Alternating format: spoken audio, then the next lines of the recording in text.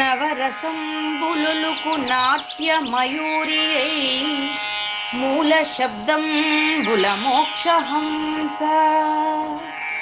నవరసంబులుకు నాట్య మయూరియై మూల శబ్దంబుల మోక్షహంస. పరమ పవిత్రమౌ పరమాత్మ గీతయే నేడు నాట్యంబాడుచుండెగనుమా. పరమ పవిత్రమో పరమాత్మ గీతయే నేడు నాట్యంబాడుచుండెగనుమ. మునిరతనార్యులు మోదిల్లు శిష్యుండు, మునిరతనార్యులు మోదిల్లు శిష్యుండు. సహజాచలుని కంఠ శబ్దరీతి. అజ్ఞానతిమిరంబులంతంబుజేయ అనాదిబోధను వినుము ఆర్యులార. అజ్ఞానతిమిరంబులంతంబుజేయ అనాదిబోధను వినుము ఆర్యులార. వినుము ఆర్యులార. తెలిపే జ్ఞానేశ్వరుల్ గీతన్ దివ్యరీతి. తెలిపే జ్ఞానేశ్వరుల్ గీతన్ దివ్యరీతి. ఆణిముత్యమీ గ్రంథము అచలులార. ఆణిముత్యమీ గ్రంథము అచలులార. ఆదరించిరి గీతను అచల ఋషులు. గురుని వాక్కుగా గ్రహించి గురుతుగనుడు. ఆదరించిరి గీతను అచల ఋషులు. గురుని వాక్కుగా గ్రహించి గురుతుగనుడు. హరి ఓం. శ్రీ గురుభ్యో నమః. ఓం నమో భగవతే వాసుదేవాయ.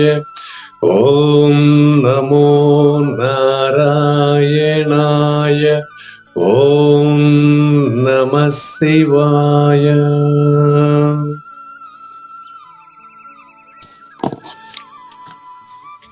ఈ గీతా జ్ఞానజ్ఞ కార్యక్రమం మొదలై నిన్నటికి 923 రోజులైందండి. ఈ రోజు 924వ రోజు. ఈ గీతా జ్ఞానజ్ఞ కార్యక్రమం సంకల్పించి నిర్వహిస్తున్న శ్రీ విద్యాసాగర్ గురువు గారికి, శ్రీ వెంకటేశ్వర గురువు గారికి శ్రోతలందరి తరపున ధన్యవాదాలు, వందనాలు. ఈనాటి కార్యక్రమంలో పాల్గొన్న ఆత్మస్వరూపులైన శ్రోతలందరికీ కైవల్యాశ్రమం తరపున, అలాగే శ్రీ శివరామ దీక్షితుల వారి అచల యూట్యూబ్ ఛానల్ తరపున హృదయపూర్వక స్వాగతం, వందనాలు తెలుపుతూ కార్యక్రమాన్ని ప్రారంభించమని గురువు గారిని కోరుతున్నానండి.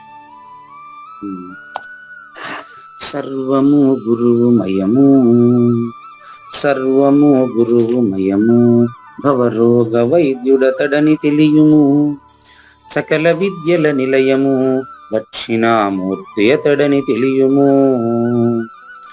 మూగవాణి మాటను, ఈ మూగవాణి మాటను శ్రోతలు కోటలు దాటింతురు.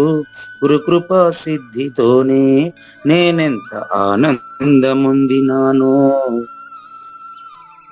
నిజ యోగి శ్రీకృష్ణుడు, నిజ భక్తుడైనట్టి అర్జునుడు. వీరి సంవాదామృతం జనులార మన పాలిట అమృతం. వేదవ్యాసుడు దీనిని జనుల ఎద వికసించున్నట్లుగాను మహాభారతమందున వెలిగించే కోటి సూర్యుల వెలుగుతో.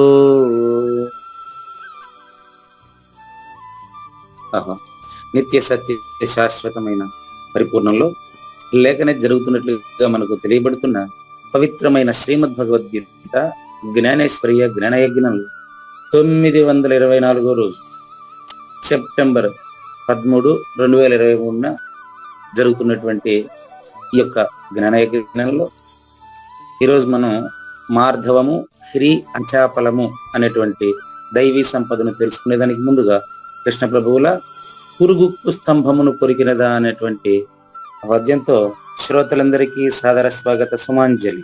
శ్రీ గురుభ్యో నమః. శ్రీమద్భాగవత కృష్ణదేశిక ప్రభులు రచించిన 292 కందార్థ దరువులు సంపూర్ణంగా జ్ఞానయజ్ఞంలో రోజుకొకటి చొప్పున వ్యాఖ్యానించబడిన విషయం శ్రోతలకు విదితమే. ఈ కందార్థ దరువులను రచించిన 19 సంవత్సరాల వరకు అవి ముద్రణకు నోచుకోలేదని, వాటిలోని నిగూఢ భావాలను మరింత స్పష్టం చేస్తూ రచయిత క్షరాక్షరోపాధి ద్వయదోషరహిత పరమతత్వ కందములు 261 రచించారని, తదుపరి సద్గురు శుభాశీస్సులతో ఈ రెండూ కలిపి ఒకే పుస్తకంగా ముద్రించారని పెద్దలు చెప్పగా విన్నాం. పుస్తకం ఇప్పుడు మన భక్తులతో చాలా మంది దగ్గర ఉంది. ఈ కందపద్యాలు భగవద్గీతకు ఉత్తర గీత వలె సద్గురు భక్తులకు కందార్థ దరువులలోని ఎన్నో సమస్యలకు సమాధానమై విలసిల్లుతోంది. ఎంతో ఉపయోగకరమైనటువంటి ఈ కందపద్యాలను రోజుకు ఒక్కొక్కటి చొప్పున వివరించాలని అడిగిన ప్రత్యక్ష శ్రోతల కోరిక మేరకు జ్ఞానయజ్ఞంలో శ్రీకృష్ణ పరమాత్మ సందేశానికి ముందే ప్రతిరోజు కృష్ణ ప్రభువుల దర్శనం మహద్భాగ్యంగా భావిస్తూ ముందుకు వెళదామా? పురుగు కుస్తంభమును కొరికినదన వేతి హోతృగుని మృంగెచదల్ ధరనని నను మాయాసతి హరిని చికాకుగయొనర్చన వినదగునే. ఇది చాలా ముఖ్యమైనటువంటి పద్యం అండి. చూడండి, నిన్నటి ఎపిసోడ్ 923వ ఎపిసోడ్లో సుదీర్ఘ చర్చలో మనం గమనించాం.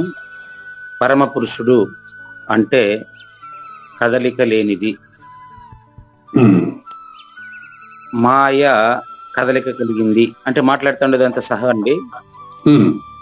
ఇట్టి కదలికకు మొదలు లేదు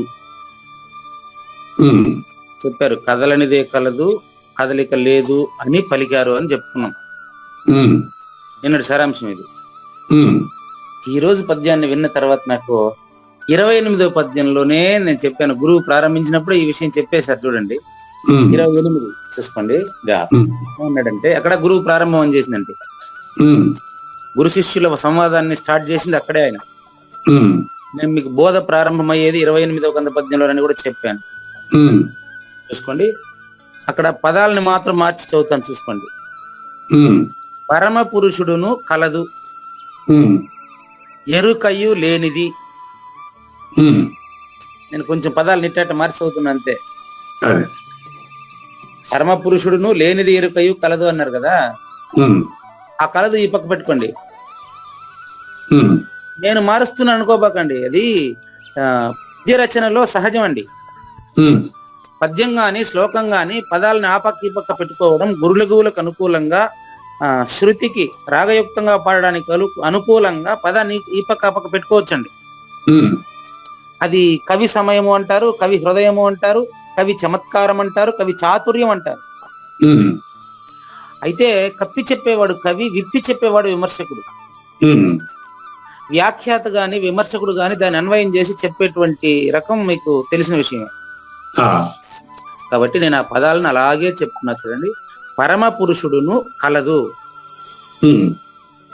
ఎరుకయు లేనిది, అరసి లేని ఎరుకను విడుము అని చెప్పిన శిష్యుడు ఆ గురువరుని, శ్రేష్ఠుడైన గురువుని రెంటి వర్తనలను నమస్కరించి అడిగాడు. నమస్కరించి అయ్యా ఆ రెండు ఎట్టుంటదని అడిగాడు. అక్కడ రెండుగా చెప్పింది. అసలు ఉండేది ఉంది, లేనిది లేదు అంటే ఒక విషయమే కదా. కానీ రెండుగా అనుకోవడం వల్ల ఆయన లేని అనే పదాన్ని అడగలేదు. ఎందుకంటే లేనివాడు లేదని లేనివాడికి ఇంకా తెలియలేదు. నీ చర్చ కూడా అదే. నిన్న దీర్ఘమైన చర్చ అనంతరం మరి అది ఒక సువర్ణాధ్యాయం అని నేను అనుకుంటున్నాను. జ్ఞానయజ్ఞంలో నిన్న మీరు అలవోకగా అన్ని ప్రశ్నల వర్షం గుప్పించడం ఒక సువర్ణాధ్యాయం. అవి ప్రతి సామాన్యుని తొలిచేటువంటి ప్రశ్నలు గుర్తుండడం ఏంటి. నేను మళ్ళీ సవివరంగా ప్రతి ప్రశ్న విడదీసి ఆన్సర్ పెట్టాను కదా. అదే నేను చెప్పాను. చూడు, గుర్తులేదు అంటే అర్థం ఏంటంటే మీ దగ్గర అన్ని ప్రశ్నలు వేయించింది కూడా సద్గురువే. అంతే అంతే. మీరు జ్ఞానయజ్ఞం పూర్తయిన వెంటనే మీరు వేసినటువంటి ప్రశ్నలకు నేనే ఆశ్చర్యపొందాను. నేను ఆశ్చర్యపోయి నేను ఏదో పని మీద బ్యాంకులో ఏదో పని మీద ఉండుకుంటా ఉంటే కూడా బ్యాంకులో టక టక టక టకని వాటి ఆన్సర్ టైప్ చేసుకుంటా వచ్చి పడేసాను అంతే. అది నేను కూడా ప్రత్యేకంగా దాని గురించి ఏం ఆలోచించాల్సిన అవసరం రాలేదు. మళ్ళీ చదువుకుంటే వాటి సమాధానాలు చక్కగా ఉన్నాయి. ఉమ్, దానికోసం ఇప్పుడు మళ్ళీ ఒకసారి వెనక్కి మనం వెళ్ళి చూస్తే సేమ్ నిన్న చెప్పినటువంటి ఆన్సర్లు అంతా ముందే ఉన్నాయి అక్కడ. ఉమ్, కాబట్టి చూడండి, పరమ పురుషుడు కదలడు, మాయ కదిలినట్టు మాయకు తెలుస్తుంది, ఉమ్, ఈ కదలికకు మూలము లేదని పెద్దలు చెప్పారు. ఉమ్, ఇది నిన్నటి వరకు. ఉమ్, అంటే నేను చెప్పాను సర్వోపనిషత్తుల సారం సంపూర్ణం అని చెప్పాను. ఉమ్, దాని దృఢీకరణకు ఈరోజు 32 ఉమ్, 32 చూడండి. పురుగు పుక్కు స్తంభమును కొరికినదన వీతిహోతృగుని మృంగె చెదల్ ధరనని నను మాయా సతి హరిని చికాకుగయొనర్చెన నవిన దగునే. వింటామా మనం?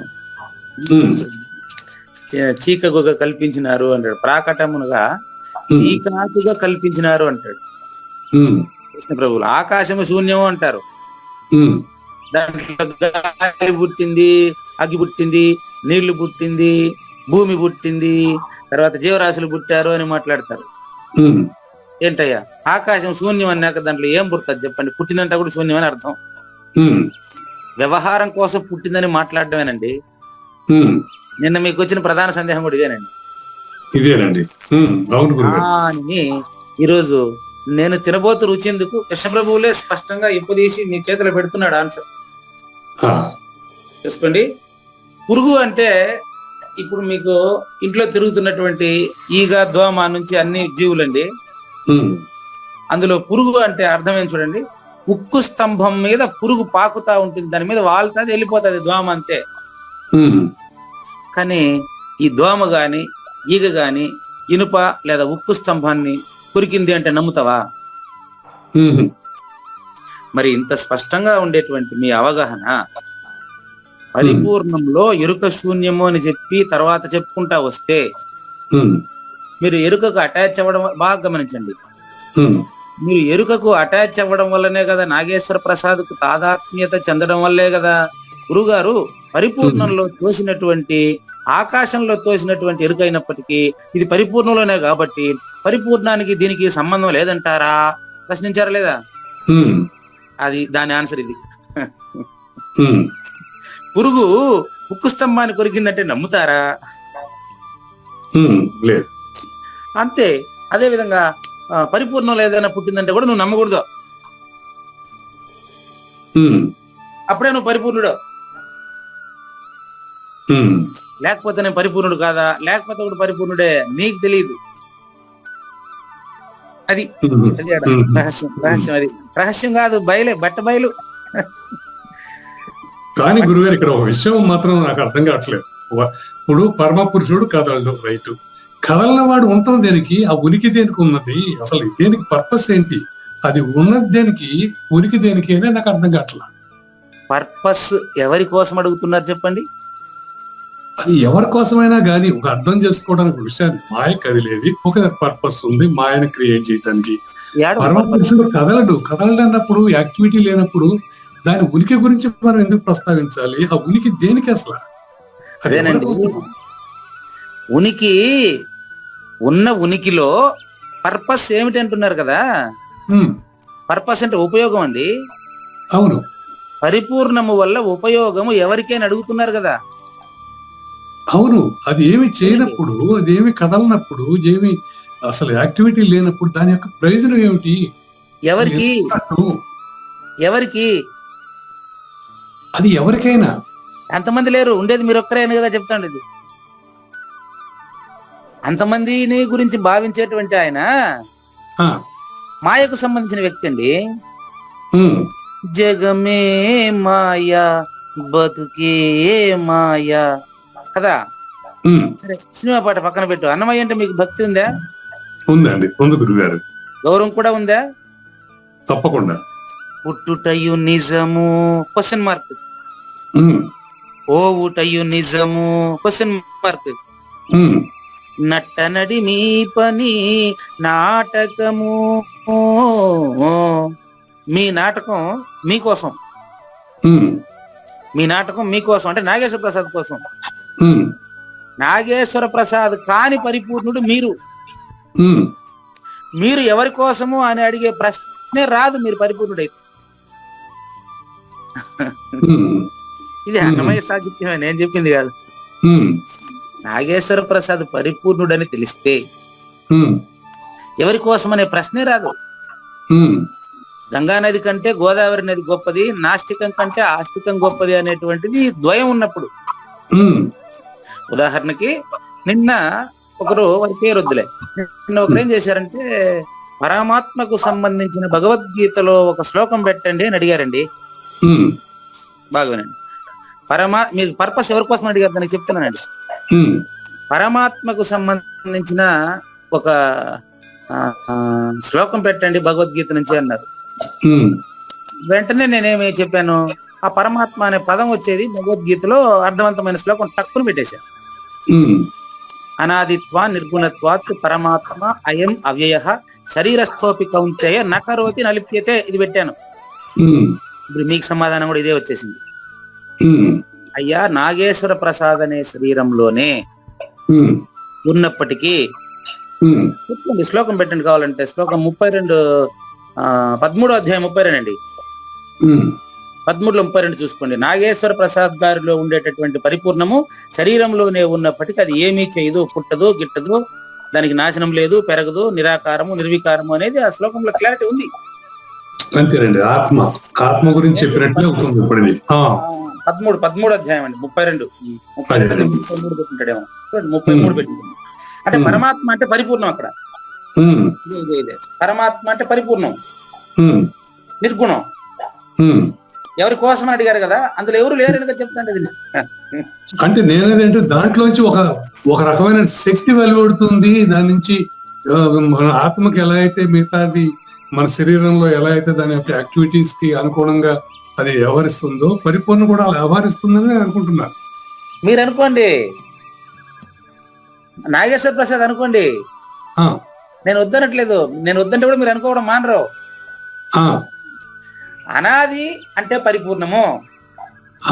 మొదటి పదం చూడండి, 32వ శ్లోకం అండి, 13వ అధ్యాయం 32వ శ్లోకం అండి.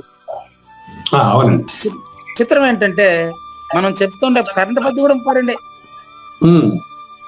ఆశ్చర్యకరమైన విషయం ఏంటంటే దీన్ని బట్టి మీకు బోధిస్తా ఉండేది పూజారి వెంకటేశం కాదు, కృష్ణ పరమాత్మనే.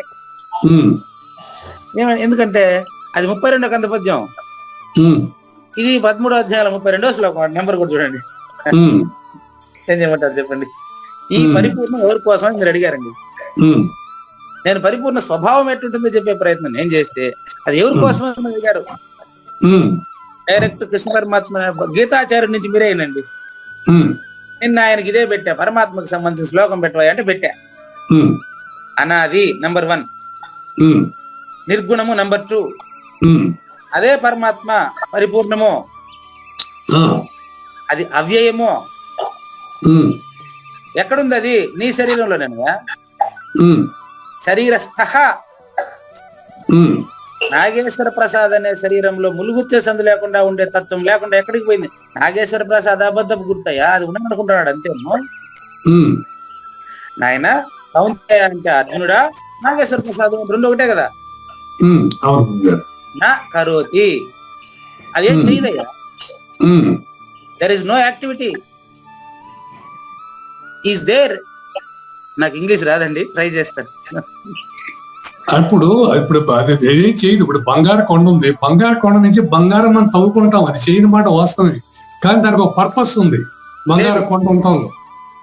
కానీ ఇక్కడ పరిపూర్ణాన్ని పర్పస్ లేకుండా ఉండడం అనేది అసాధ్యం కదా. అదేనండి, బంగారం పర్పస్ నాగేశ్వర ప్రసాద్ కు. అవును, కానీ పరిపూర్ణంలో నాగేశ్వర ప్రసాద్ ఉంటే కదా మీరు చెప్పేది. గాఢంగా నిద్రపోయినప్పుడు నాగేశ్వర ప్రసాద్ ఉన్నాడని ఇప్పుడు చెప్తాడు, కానీ గాఢంగా నిద్రపోయినప్పుడు నాగేశ్వర ప్రసాద్ ఉన్నట్టు నాకు తెలుసా? తెలియదు. మరి ఈ ప్రశ్న అడిగేవారు గాఢ నిద్రలో ఉన్నారా?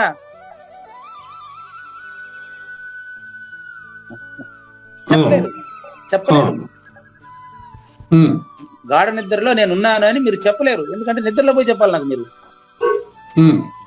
ఆ విధంగా నా కరోతి. పోనీ గాఢ నిద్ర మిమ్మల్ని ఏమైనా చేసిందే? గాఢ నిద్ర యొక్క పర్పస్ ఏంటి?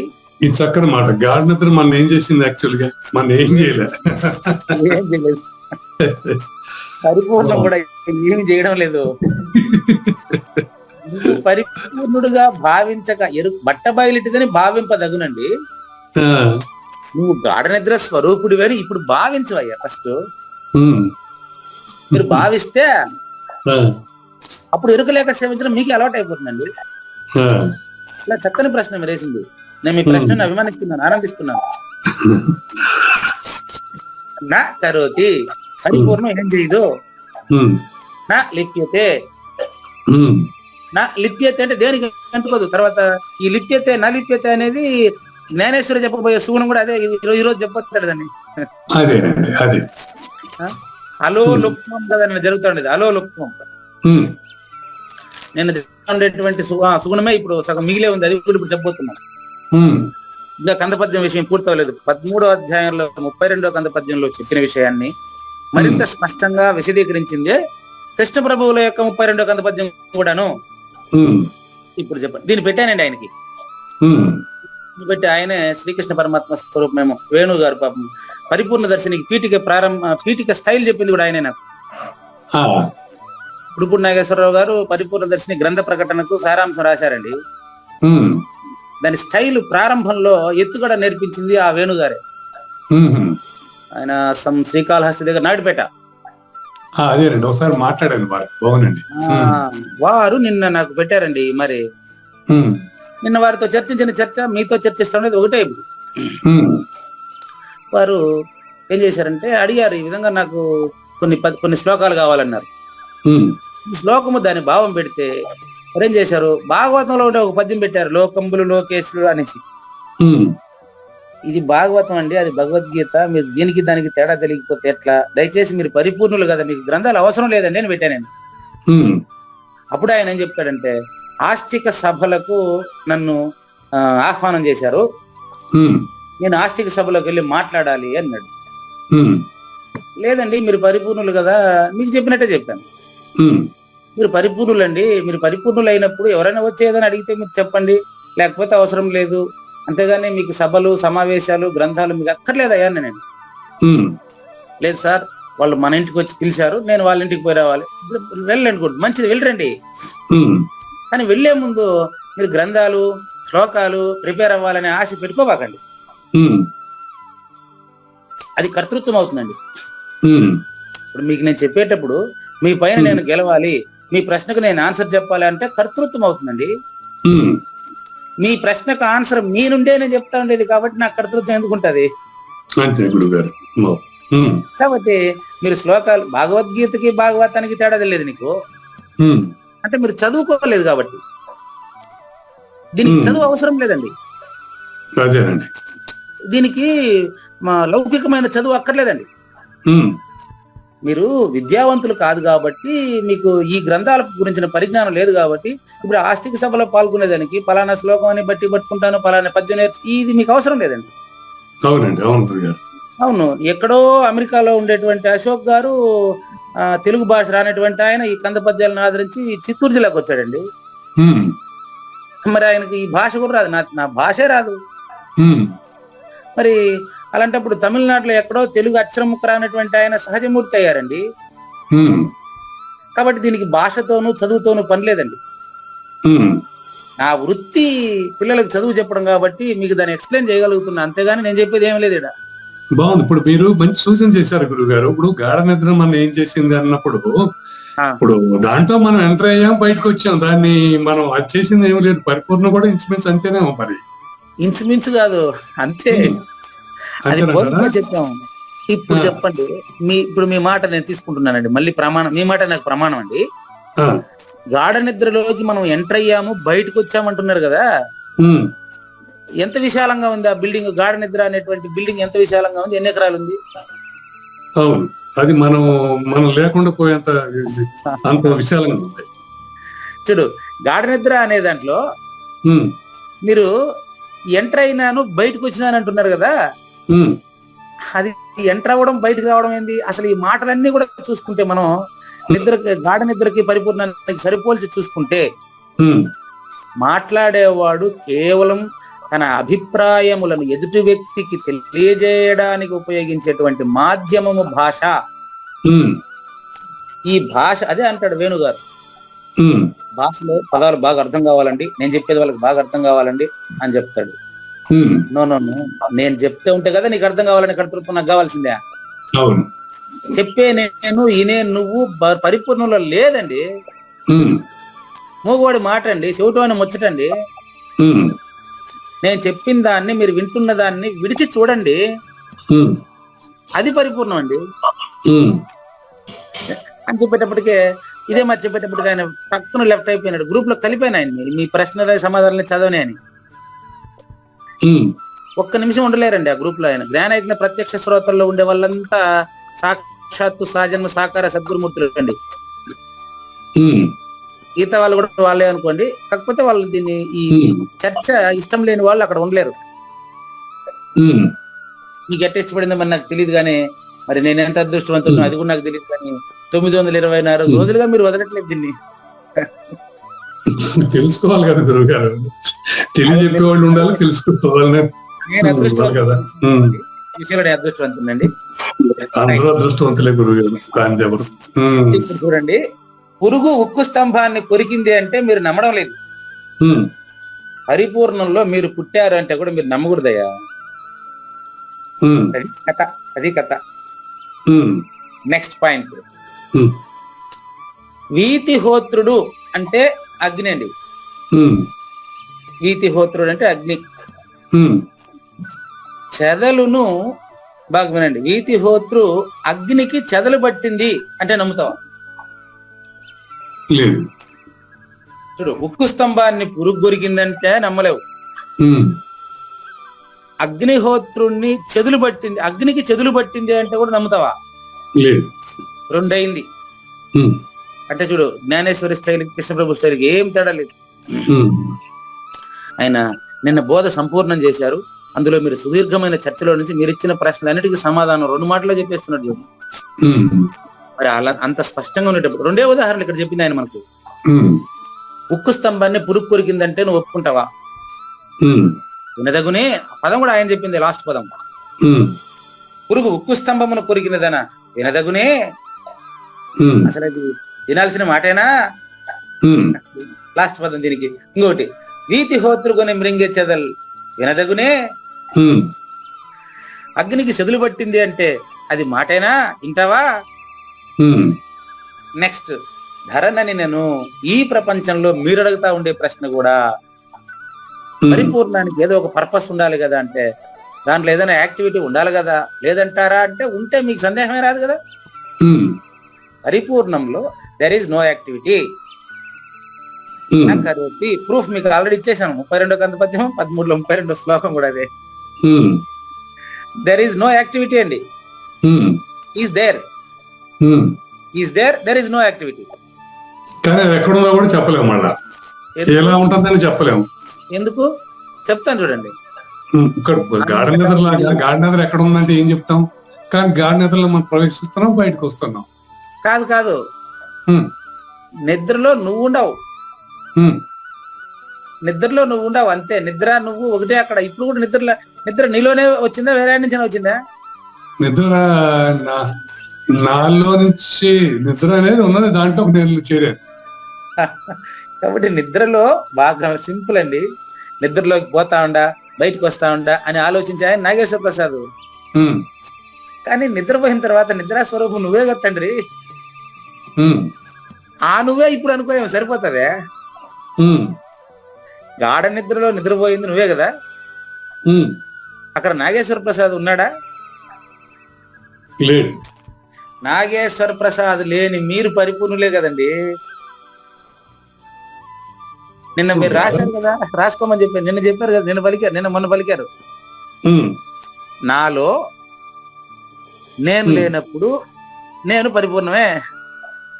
గాఢ నిద్ర నేనైతే గాఢ నిద్రలో అటు ఉండిపోవాలి, నేను బయటికి రాకూడదు. ఆహాహా, మీరు ఎప్పుడు అది పోలిక మాత్రమేనండి. పోలిక మాత్రమే, అంతే. రైట్. గాఢ నిద్రలో నుంచి బయటికి రాకూడదు అంటే మీరు మళ్ళీ నాగేశ్వర ప్రసాద్ గా మాట్లాడుతున్నారు. గాఢ నిద్రలో ఉండిపోవడం అంటే అది గాఢ నిద్ర వలెను అనిపించు అది అచల పరిపూర్ణము. బాగా నిద్రలోకి మీరు పోవడం రావడం కాదు, దాని సూచనగా చెప్పాను. అంతేనండి, అంతే గురుగారు. బాగుంది. ఈ అనుభవంలో సూచనగా గాఢ నిద్రను చెప్పానే తప్ప అంతే. నిద్రలోకి నువ్వు పోవడం లేదు, రావడం లేదు. పోవడం రావడం అంటే మీరు ఆఫీస్కి పోయినట్టు వచ్చినట్ట. మీరు ఆఫీస్కి పోయినారంటే ఆఫీస్ నుంచి రావడం ఉంటది.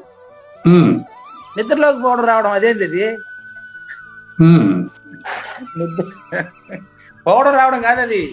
అదేలేండి. దాని ఉదాహరణగా మీరు అర్థం చేసుకోవాలంతే. అంతేనండి. నెక్స్ట్ మూడోదండి, అంటే ఇది పరిపూర్ణాన్ని సూచన చేసేటువంటిదండి. మాయాసతి అంటే పంచభూత ప్రకృతికి సంబంధించినటువంటి జగము, జగత్తు. హరిని అంటే పరిపూర్ణుడిని. పరిపూర్ణుడిని హరిని అంటే పరిపూర్ణుడినే, డౌటే లేదు దీంట్లో మీకు. ఈ పరిపూర్ణ ప్రబోధ 28 నుంచి 39 వరకు. హరిని అంటే పరిపూర్ణుడిని, పరిపూర్ణమును. ఈ మాయా సతి ఉండ్లా, మాయా సతి రెండు ఒకటే, పదాలే రెండు. మాయా సతి, జగము అనే ప్రకృతి, మాయా అనే ప్రకృతి. పూజారి వెంకటేశం, కావూరు నాగేశ్వర ప్రసాద్ వీళ్ళంతా మాయా ప్రకృతిలో భాగమైనా కాదా? అంతేనండి, అంతే గురుగారు. వీళ్ళకి అదేట తెలుస్తుంది, వీళ్ళు అదే కదా, వీళ్ళకి అది తెలీదు. అందరూ సర్వం పరిపూర్ణమే. సర్వము గురువు మయము భవరోగ వైద్యుడు అతడని తెలియ. మన ఇద్దరు గురువు కాదు, పరిపూర్ణుడు ఒకడే గురువు. అందులో లేనిదే ఈ మాయ, మన ఇద్దరం లేదు దాంట్లో. అది కరెక్టే. కరెక్ట్ అయినప్పుడు అది ఎవరి కోసమో అని అడిగేవాడు అది లేదు.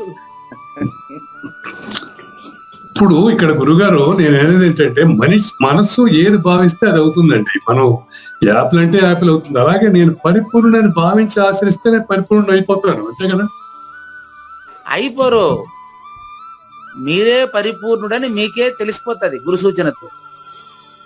అంతే, కొత్తగా అయ్యేది పోయేది ఏం లేదు. మీరు పరిపూర్ణుడే, అదే తెలిసిపోతుంది, అది తెలిసిపోతుంది. తెలిసిపోయినప్పుడు ఏముండదు, ప్రశ్నించేవాడు ఉంటే ప్రశ్న వస్తుంది, అందులో ప్రశ్నించేవాడు లేదు.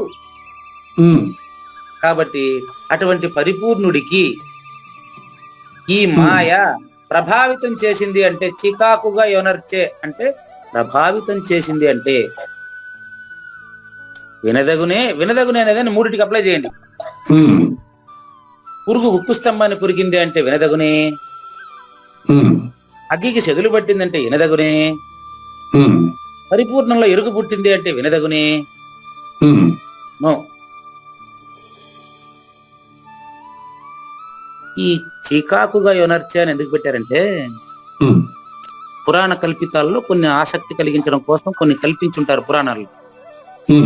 శివుడు తపస్సు చేస్తా ఉన్నాడంట, అతనిని అదే ఈవిడ ఎవరు హిమవంతుని కూతురు పార్వతి అతన్ని తపస్సు చేసి మెప్పించి అతనికి పిల్లకాయలు పుట్టినారంట అని. ఆ పిల్లల పేర్లు చూడండి, వినాయకుడు, సుబ్రహ్మణ్య స్వామి, వాళ్ళిద్దరికి పుట్టినారంట. ఇట్లా ఉంది కాబట్టి ఇదంతా కేవలం కథను పెంచడం కోసం, సింబాలిజం గా ఒక పురాణాల్లో నీతి చెప్పడం కోసం, జనులను ఆకర్షించడం కోసం రాసింది మాత్రమే అని అర్థం. పార్వతికి శరీరం ఉందే, ప్రకృతికి శరీరం ఉందా? ప్రకృతే శరీరంగా ఉందా? ప్రకృతి శరీరంగా ఉంది. ప్రకృతే శరీరంగా ఉండేటప్పుడు ప్రకృతికి ఉండేటువంటి పిల్లలంతా, ప్రకృతి అంతా కూడా పరిపూర్ణంలో లేనిది కదా, తీరా? అవునండి. మరి పరిపూర్ణంలో ఇది లేనిది అన్నప్పుడు పరిపూర్ణుడిని, పరిపూర్ణాన్ని ఇది ప్రభావితం చేసింది. ప్రకృతి శూన్యం కదా, ఎరుక పరిపూర్ణంలో శూన్యం కదా. కాబట్టి పరిపూర్ణంలో ఎరుక శూన్యము గనుక ఎరుక లేనిదని కృష్ణ ప్రభువులు 32వ కంద పద్యము ద్వారా సూచన చేసిరి. దాన్ని కావూరి నాగేశ్వర ప్రసాద్ గారికి కొన్ని అర్థం కాని విషయాల్ని నిన్న వేణు గారికి సంబంధించినటువంటి చర్చతో సమన్వయం చేయడం అయింది. కొన్ని విషయాలను దానికి నాకు కూడా తెలియదు. 32వ కంద పద్యానికి 13వ అధ్యాయం 32వ శ్లోకానికి అంత స్పష్టంగా సమన్వయం కూరుతుంది నాకు తెలియదండి. మరి ఎంతవరకు ఎప్పుడు ఎప్పుడో 4-5 సంవత్సరాలకు ముందు మరి పరిచయం అయినటువంటి ఆయన ఇంతవరకు మాట్లాడకుండా నిన్న మాత్రం మాట్లాడింది ఈ చర్చ కోసమేమో పాపం. మాట్లాడిందంటే మెసేజ్ పెట్టారు, రిటర్న్ మెసేజ్ పెట్టారు, అది ఇప్పుడు క్లాస్ లోకి వచ్చేసింది ఆ మ్యాటర్ అని. ఈ విధంగా పురుగు ఉక్కు స్తంభాన్ని కొరికిందన్నా, అగ్గికి చెదులు పట్టిందన్నా ఎట్టా నమ్మవో, ఈ పరిపూర్ణంలో ఎరుక పుట్టింది అంటే నమ్మొచ్చా? Question mark. అంటే నమ్ముతారా లేదో నమ్మే వాళ్ళు ఇష్టం. కాబట్టి కృష్ణ ప్రభువులకు ధన్యవాదాలు తెలియజేస్తూ ఈరోజు మార్ధవము, హ్రీ, అచాపలం అనేటువంటి 3 సుగుణాలను గురించి తెలుసుకుంటామండి. మనకి ఇంకా 26 నిమిషాల టైం ఉన్నట్టుంది. దీంతో మనకు 17వ సుగుణంలో సగంలో ఉన్నానండి. 2వ శ్లోకంలో చూడండి, అహింస, సత్యము, అక్రోధము, త్యాగము, శాంతి, అపైశునం, దయ అయిపోయింది. భూతేషు అలోలుప్తం సగంలో ఉన్నామండి నిన్న. ఆ సగంలో ఎక్కడున్నామంటే చూడండి, మహాసిద్ధులు అంటే పరిపూర్ణుడు అండి. సాక్షాత్తు ప్రకృతి లక్ష్మి స్వయంగా తన ఎదురుగా వచ్చినప్పటికీ తను పట్టించుకోడు. ఈ రోజు స్టార్ట్ అవుతా ఉండే చర్చ దీనికి సంబంధించిందే. పరిపూర్ణుడిని టెంప్ట్ చేసేదానికి, పరిపూర్ణుడు అంటే అర్థం ఏంటి? రెండవది లేదని కదా. పరిపూర్ణుడు అంటేనే రెండవది లేదని అర్థం. రెండవది అతన్ని ఆకర్షించిందని ఎట్టంటాము? హరిని మాయాసతి చీకాకుగా వనర్చనంటే వినదగునా? ఈ పాయింట్ లో నిన్న ఆగాం. చూడండి, ఇదే విధంగా లౌకికమున అంటే ప్రాపంచిక విషయంలో ధరనని నను అన్నాడు చెప్పేసి ప్రభు. లౌకికమున ఇదేనా? రైట్. ఇదే విధమున కింద లాస్ట్ లైన్ అండి, సెల్లో చూసుకోండి అక్కడనే. లౌకికమును స్వర్గీయమును అయిన విషయ సుఖములు, ఇప్పుడు ఇందాక మీరు చెప్పింది అదే, ఎవరి కోసం, ఎవరి పర్పస్ కోసం అన్నారు కదా. ఈ సుఖ దుఃఖాలు ఎవరి పర్పస్ కోసము అంటున్నటువంటి వ్యక్తి బహువిధాలుగా ఆలోచిస్తున్నటువంటి ఎరుక స్వరూపుడు అని అర్థం అండి. అంటే పూజారి వెంకటేశము లేకపోతే కావూరు నాగేశ్వర ప్రసాద్ గారు అని అర్థం అండి. వారు లౌకికమును స్వర్గీయమును అయినటువంటి విషయములు, సుఖములు అతని ఇష్టానుసారం ఎరుకలో మాట్లాడుతున్నాడు. అతను పరిపూర్ణుడని తెలిస్తే ఎట్టుంటాడంటే చూడండి, అవి అతనికి దాసుల వలె ఉంటాయి. పంచ విషయాలు ఆ అచల పరిపూర్ణ గురుమూర్తిని సేవిస్తుంటాయండి. సద్గురుమూర్తిని ఈ పంచ విషయాలు సేవిస్తూ ఉంటాయండి. అంటే శబ్ద, స్పర్శ, రూప, రసగంధాలంతా అతనికి అలంకారంగా ఉండిపోతాయి. అతనితో ఎవరు మాట్లాడినా అతని నుంచి ఏదైనా తెలుసుకొని రావాలనే తప్ప ఆయన వీళ్ళ దగ్గర తెలుసుకునేదే ఉండదండి. కాబట్టి అతని ఇష్టానుసారము లౌకికము, ప్రాపంచిక విషయాలంతా దాసుల వలె ఉన్నప్పటికీ ఆయన అలోలుప్తుడై ఉంటాడు. ఇది భూతేషు అలోలుప్తం అంటే అన్ని భూతముల పట్ల అతను నకరోతి నలిప్యతే, ఇంచేపు చెప్పింది అదే. నకరోతి నలిప్యతే, అతను వాటి గురించి పట్టించుకోడు. ఇప్పుడు కూడా ఆ సుఖాలని అనుభవించాలనే తలంపు మనస్సున కలగనివ్వడు. రానిలే ఏమన్నా రాని, అతనికి అంత ఏం తన అవసరం లేదు. అతను 2007 అనుకుంటాను. 2007లో కంప్లీట్ గా 5 ఎకరాల పొలము, ఇల్లు, వాకిలి మొత్తం తిరుమల అన్నదాన సత్రం రాయించినాడండి. ఆ తర్వాత 1500 రూపాయల జీతంతో అతను తన జీవిత భాగస్వామితో ఉద్యోగం ప్రారంభించాడండి. మళ్ళీ అక్కడి నుంచి ఎక్కడ ఎంత వచ్చినప్పటికీ అది సొంత ఇల్లా లేకపోతే బాడిగిల్లా లేకపోతే ఫ్లాటా ఏమొస్తుందో అసలు దానికి సంబంధం లేదు అతనికి, గుర్తుపెట్టుకోండి. అసలు చెప్పేదానికి కుదరదండి దాన్ని. ఆ సుఖాలని అనుభవించాలనే కోరిక గాని అసలు అది తన మనసులో రాదు. అంటే ఇంకెంతని చెప్పనగును అంటారు జ్ఞానేశ్వరి. ఏ అవస్థలో అయితే జీవుడికి ఏ విధమైన అభిలాష ఉండదో, ఏ విధమైన అభిలాష ఉండదండి.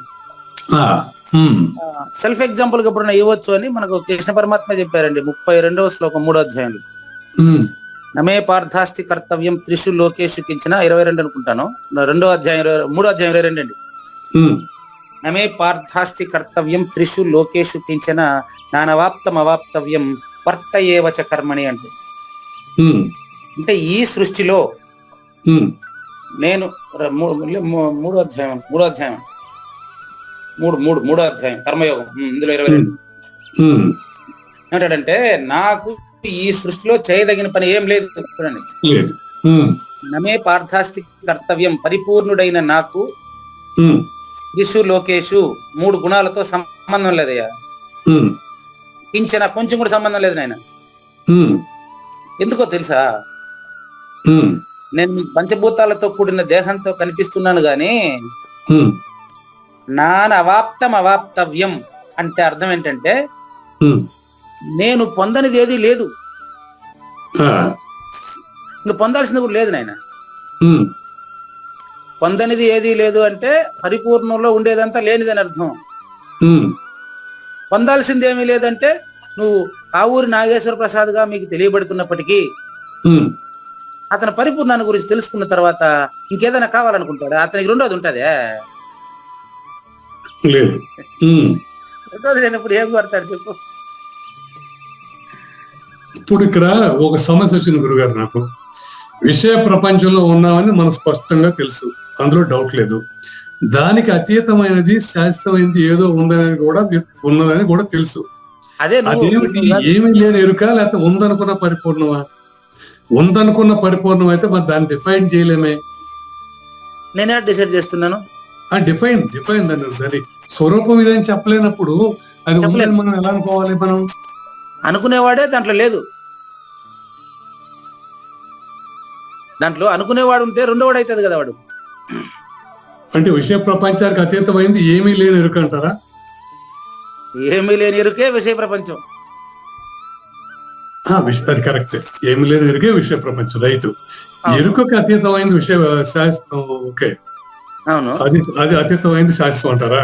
నేను అనలేదు, మీరు అన్నారు. ఇప్పుడు మరి అక్కడ ఉన్నదేంటి? ఆ ఉన్నదాన్ని డిఫైన్ చేయలేకపోతున్నామా? డిఫైన్ చేసేవాడు ఉన్న దాంట్లో లేడు. మంచి ప్రశ్న అండి, బాగుంది. ఉన్న దాంట్లో డిఫైన్ చేసేవాడు లేడు. చెప్పండి, ఉన్న దాంట్లో డిఫైన్ చేసేవాడు లేదు. గాఢ నిద్రలో మీ చరిత్ర మీరు చెప్పండి. గాఢ నిద్ర ఇప్పుడు నేను చెప్తున్నాను కదా, సెల్ఫ్ ఎగ్జాంపుల్ ఎందుకు చెప్పాల్సి వచ్చింది? ఈ శ్లోకం గుర్తొచ్చే చెప్పాను. సెల్ఫ్ ఎగ్జాంపుల్ చెప్పొచ్చు అని చెప్పాను. దానికి ఉదాహరణగా నేను ఇవ్వాలి కాబట్టి నేను ఇంతకు ముందు కూడా చెప్పుకున్నా, ఒకరోజు మీకు అవసరమైనప్పుడు సెల్ఫ్ ఎగ్జాంపుల్ ఇస్తానని.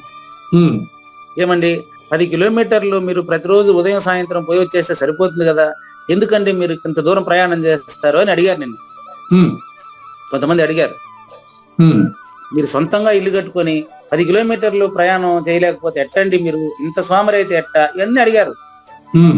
నేను అన్నాను, ఇల్లు అని మీరే అంటున్నారు, కాలేజీకి దగ్గరుండే ఇల్లు బాడిగిల్లు అని, 10 కిలోమీటర్ల దూరంలో కట్టుండే ఇల్లు సొంత ఇల్లు అనే ఫీలింగ్ నాకు లేదండి అని చెప్పానండి. ఇల్లు అంతే. నేను ఉద్యోగం చేసే చోట కాపురం ఉండడం అనేది ఉద్యోగానికి సంబంధించిన లక్షణం. అది నా డ్యూటీ బ్యూటీగా చేయాలంటే కాలేజీకి నేను అందుబాటులో దగ్గరలో ఉండాలి. నేను విద్యార్థుల నుంచి ఎప్పుడు నేర్చుకోవాలని ఆశపడుతూ ఉంటాను. అప్పుడు విషయాభిలాష ఉండదనే దానికి నన్ను నేను ఎగ్జాంపుల్ గా ఇవ్వడంలో తప్పేం లేదు. దానికి ఫస్ట్ దీనికి ముందు ఆయన జనక మహారాజుని ఉదాహరణగా చెప్పి కృష్ణ పరమాత్మ తననే ఉదాహరణగా ఇచ్చినట్లు రాస్తారు మన వేదవ్యాసుల వారు. అది నేను ఇవ్వడంలో మీకు పొరపాటు లేదని ఇస్తున్నాను. ఇప్పుడు ఏమంటాను నేనంటే, జీవుడికి ఏ విధమైన విషయాభిలాష ఉండకపోతేనే కదా వాడు ప్రత్యేకంగా వచ్చి దూరంగా కాపురం పెట్టి దానికి దగ్గరకు ఎప్పుడు కాలేజీ చుట్టూ తిరుగుకుంటా దాని గురించి ఆలోచించుకుంటూ పిల్లలకి ఏం పాఠం చెప్పాలని ఆలోచిస్తూ ఉన్నాడు అంటే వాడికి వృత్తికి అంకితమైనని అర్థమే కదా. కార్యం కర్మ కరోతి, వాడు ఉద్యోగం చేసినప్పటికీ వాడు డ్యూటీ బ్యూటీగా చేస్తాడే తప్ప డ్యూటీ నాది అనేటువంటి అహంకారం అతనికి ఉండదు. ఇంకా అట్టి అవస్థని లోలుపత్వము అన్నారు. అక్కడ వచ్చేయండి, జ్ఞానేశ్వరి దగ్గరకు వచ్చేయండి. ఇప్పుడు అతను చేసినట్టు కాదండి. అతనికి సొంత ఇంటికి బాడిగింటికి, నాగేశ్వర ప్రసాద్కి నాగేశ్వరరావుకి, నిన్న వేణు గారికి లోకేష్ గారికి నాగేశ్వర ప్రసాద్ గారికి మరి మీకు ఏమి అందరినీ సమానంగా అందరినీ పరిపూర్ణుడుగానే చూస్తున్నాడంటే వాడు పరిపూర్ణుడై ఉండాలి కదా. అప్పుడు పరిపూర్ణంలో రెండవది లేదు అని అతనికి నిర్ధారణ అయిందా లేదా అనేది మనం లెక్కేసుకోవాలంటే. కాబట్టి దీన్ని అలోలుప్తము అంటారండి. పరిపూర్ణానికి పర్పస్ ఏంటి కాదు. మంచి ప్రశ్న, చాలా మందికి వచ్చిన ప్రశ్న ఇది, వచ్చిన డౌటే ఇది. అంతెందుకు మా అన్న మా తమ్ముడు ప్రతిరోజు ఇదే అడుగుతారు. వాళ్ళకి చెప్తూ ఉంటాను, అదే మీకు చెప్తున్నా, పరిపూర్ణానికి పర్పస్ ఏంటి కాదు. పర్పస్ కోరేవాడు పరిపూర్ణంలో లేడు, అదే విషయం. రివర్స్, చిన్న రివర్స్ అంతే. నెక్స్ట్ 17 అయిపోయిందండి. 18 మార్ధవము. దీనికి నిర్వచనం చెప్తా, రాసుకోండి. జీవించి ఉన్న పరిపూర్ణుని స్వరూపము మార్ధవమనబడును.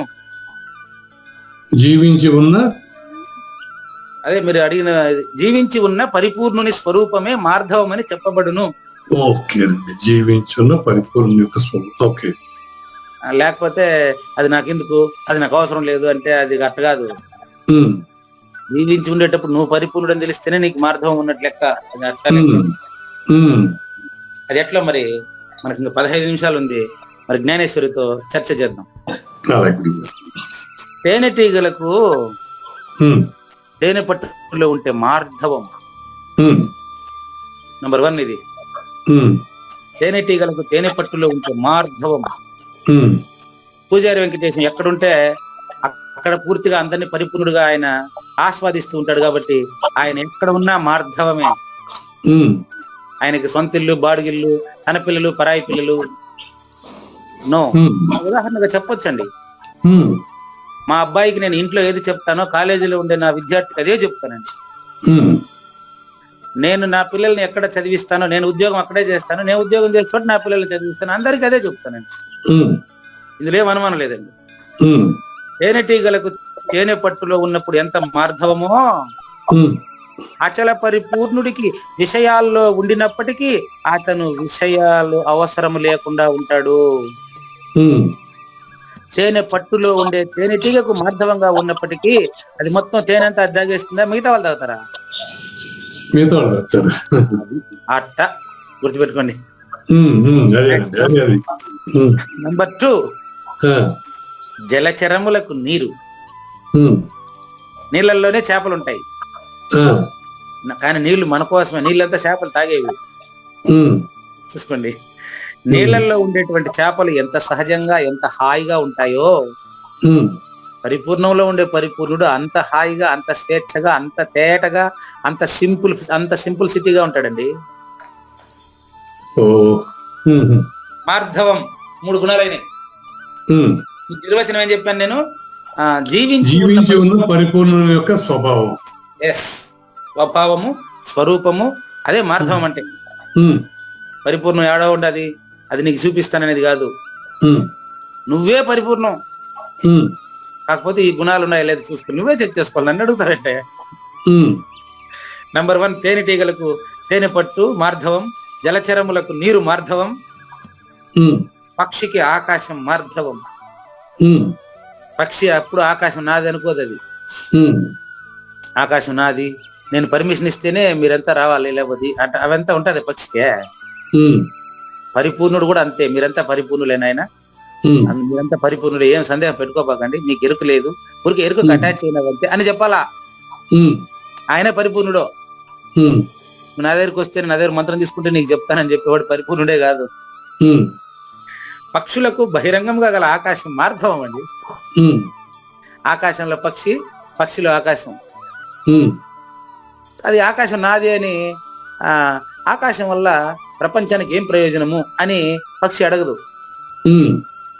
నంబర్ 4, పిల్లవానికి మాతృప్రేమ. మనిషి దగ్గరకు వచ్చేసినాడు చూడు జ్ఞానేశ్వరి.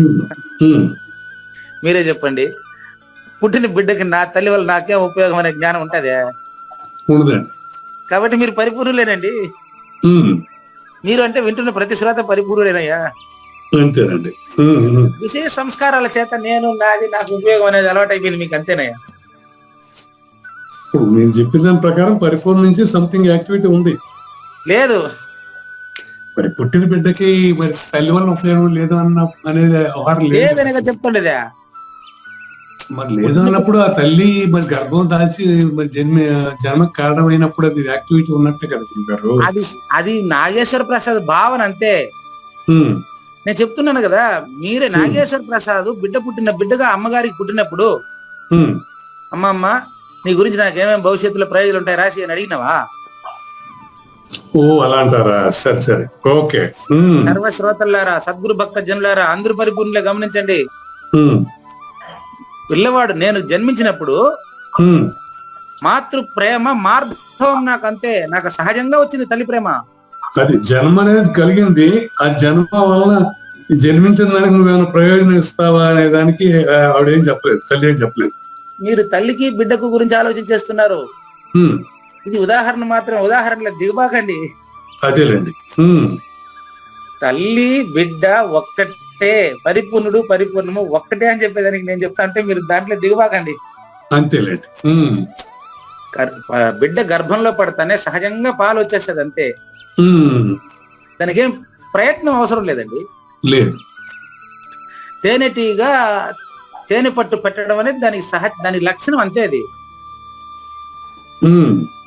నీళ్ళల్లో చేప తనకు తానుగా ఉత్పత్తి అయినట్లు పోయినట్లు అది అంతే, దాని లక్షణం అంతే అక్కడ. అంతేగాని ఆడ ప్రత్యేకంగా క్రియ జరిగినట్లు ఆడ చేపలేం ఆలోచించట్లేదు.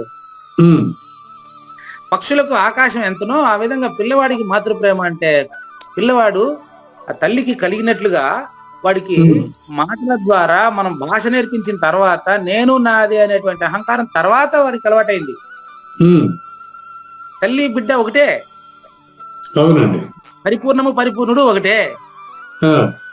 విడివిడిగా ఆలోచించేది మనం పెరిగి పెద్దవాడైన తర్వాత, భాష నేర్చుకున్న తర్వాత విషయ సంస్కారాల సేకరణ. అది 2 జన్మల సంస్కారం ఇది అంతే.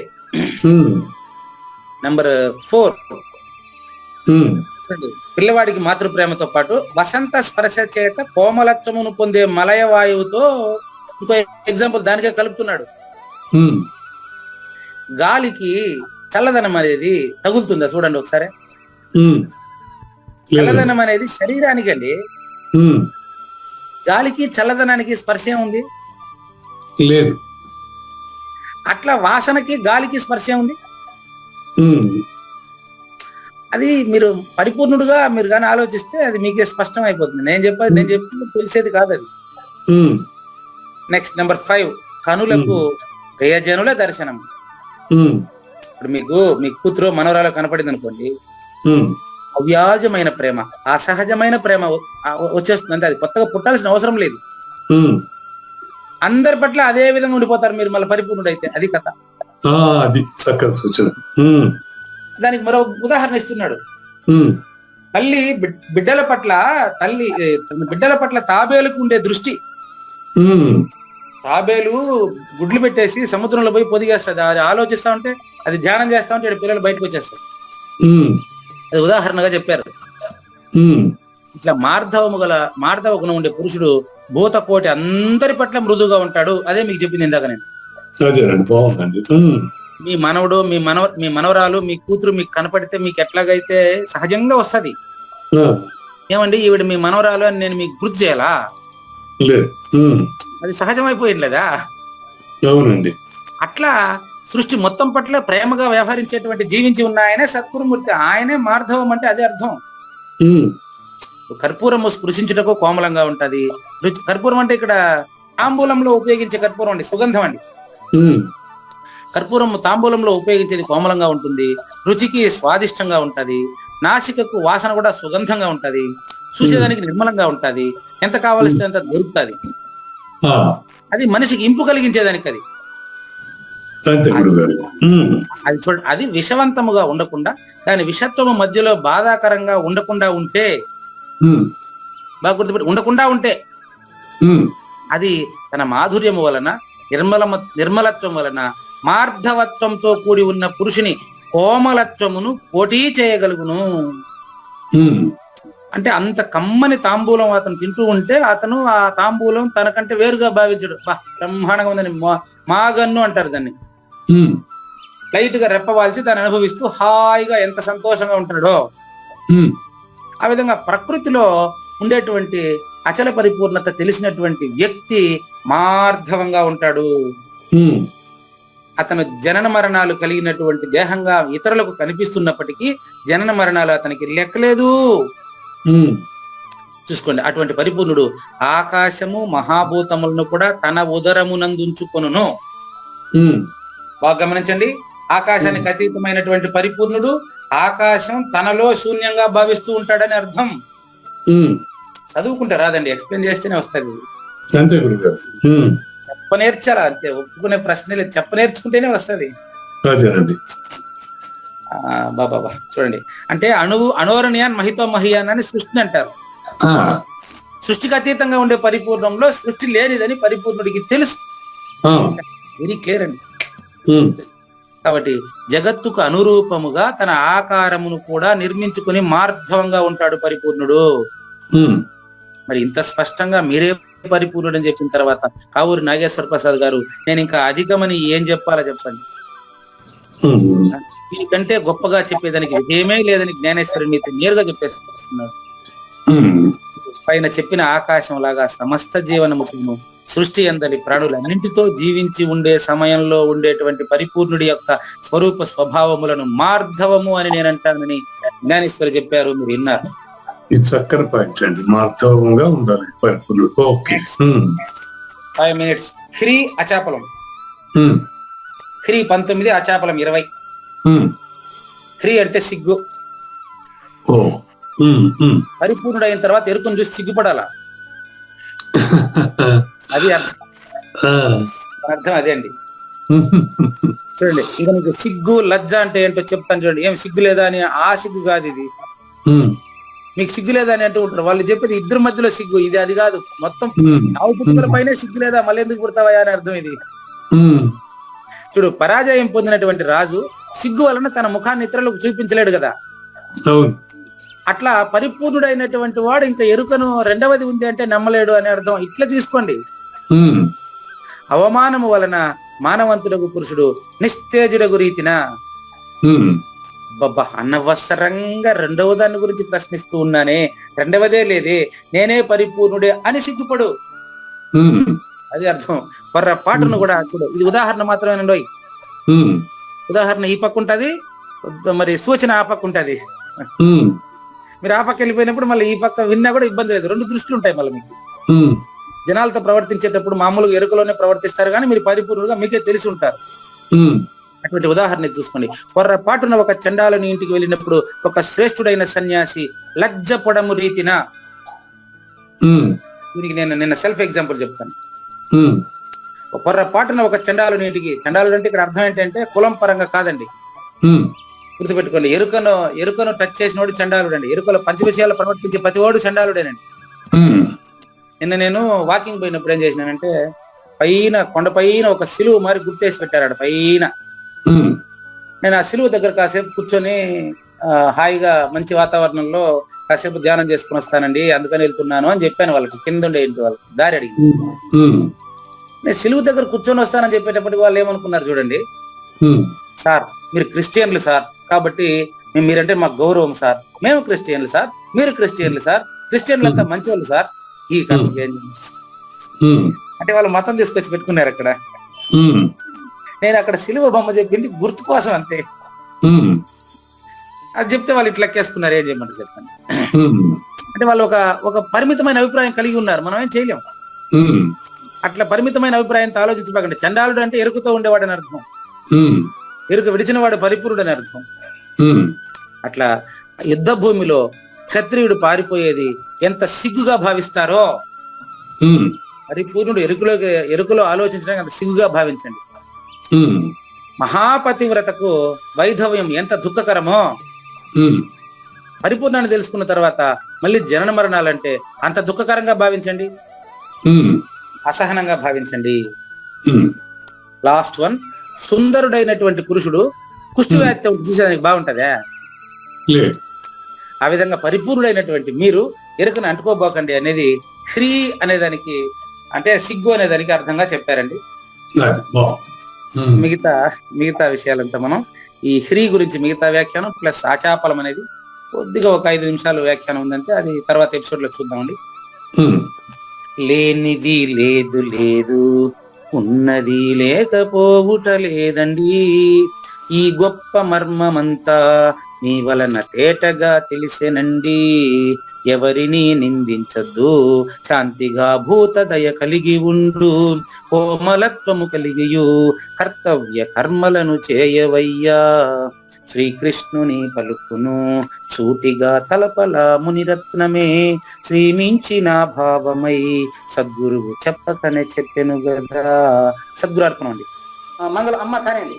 జయమంగళం నిత్య శుభమంగళం జయతు జయమంగళం మహోత్సవమంగళం. జయమంగళం నిత్య శుభమంగళం జయతు జయమంగళం మహోత్సవమంగళం. శ్రీమించునచలంబు సూచించినటువంటి దక్షిణామూర్తికి దండమిడుతూ, శ్రీమించునచలంబు సూచించినటువంటి దక్షిణామూర్తికి దండమిడుతూ, శ్రీ మహావిష్ణువు సూర్య భగవానుడు యాజ్ఞవల్కి జనక రాజ ఋషికి జయమంగళం నిత్య శుభమంగళం జయతు జయమంగళం మహోత్సవమంగళం. అయం వ్యర్థ బాహ్య కోపిన భవతి అనే సుఖయోగి సాంది పరుసుల వరుస. అయం వ్యర్థ బాహ్య కోపిన భవతి అనే సుఖయోగి సాంది పరుసుల వరుస.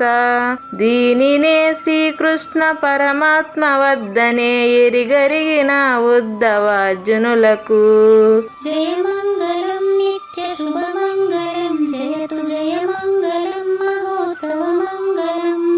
శ్రీ అల్లమా ప్రభు బసవేశ్వరుండును బ్రహ్మానంద రామానంద స్వామి. శ్రీ అల్లమా ప్రభు బసవేశ్వరుండును బ్రహ్మానంద రామానంద స్వామి. నవరసాలు లిఖించు నాట్యమయూరిగా గీతను మలచిన జ్ఞానేశ్వరులకు జయమంగళం నిత్య శుభమంగళం జయతు జయమంగళం మహోత్సవమంగళం. కబీరు దాసుడు సహజానంద గురుడు రామావధూతయురాజితముగా. కబీరు దాసుడు సహజానంద గురుడు రామావధూతయురాజితముగా. అంబికా శివయోగి శ్రీవేమన నిరంజన వెంకయ్య తిరువెంగళార్యులకును జయమంగళం నిత్య శుభమంగళం జయతు జయమంగళం మహోత్సవమంగళం. శ్రీ బృహద్వాసిష్ట సిద్ధాంతమును చేసి జనన మరణ భ్రాంతి జడుపు బాపి. శ్రీ బృహద్వాసిష్ట సిద్ధాంతమును చేసి జనన మరణ భ్రాంతి జడుపు బాపి.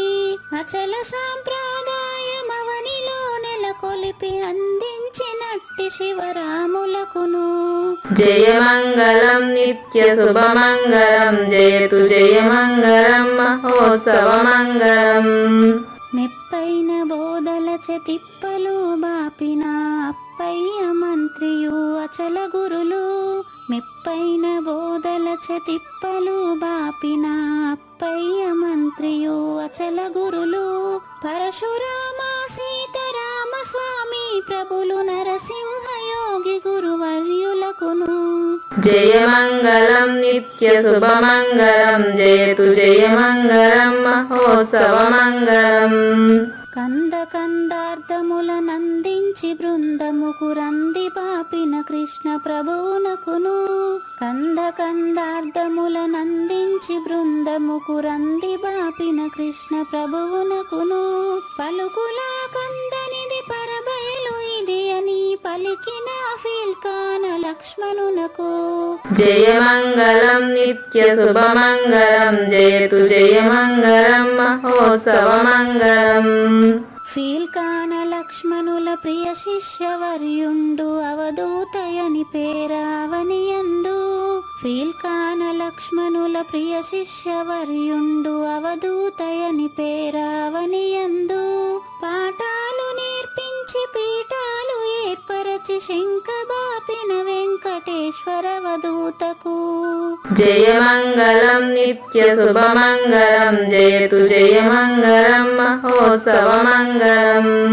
బట్టబయలున ఎరుక పుట్టనే లేదని బాలాజీ సింగు ఈ కీలు తెలిపే.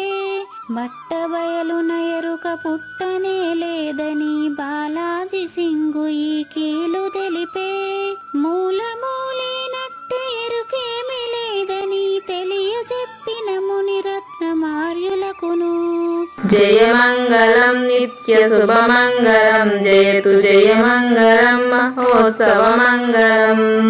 నరస్వప్నము వంటి సురస్వప్నమిది అని పరిపూర్ణదర్శినిని ప్రకటపరచి. నరస్వప్నము వంటి సురస్వప్నమిది అని పరిపూర్ణదర్శినిని ప్రకటపరచి. సహజాచల రాజయోగి సద్గురు కృపచ సాంప్రదాయక గురుల సరసన జేరే. జయమంగళం నిత్య శుభమంగళం జయతు జయమంగళం మహోత్సవమంగళం. నిష్కల్మషానంద నిజ గురుని శిష్యుండు లింగమూర్తి లిపిని పొందుపరచి. నిష్కల్మషానంద నిజ గురుని శిష్యుండు లింగమూర్తి లిపిని పొందుపరచి. కార్వేటి నగరము పురవాసుడైనట్టి పూజారి వెంకటేశునకంకితం బిది. జయమంగళం నిత్య శుభమంగళం జయతు జయమంగళం మహోత్సవమంగళం.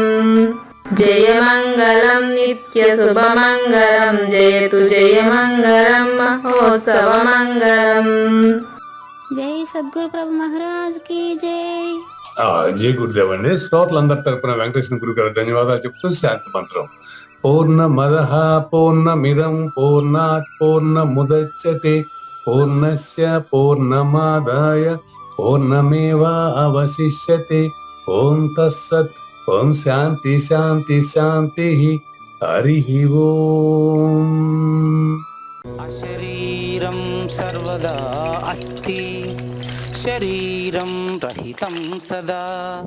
అయమేవ సద్యో ముక్తి అన్యథా భ్రమకారణం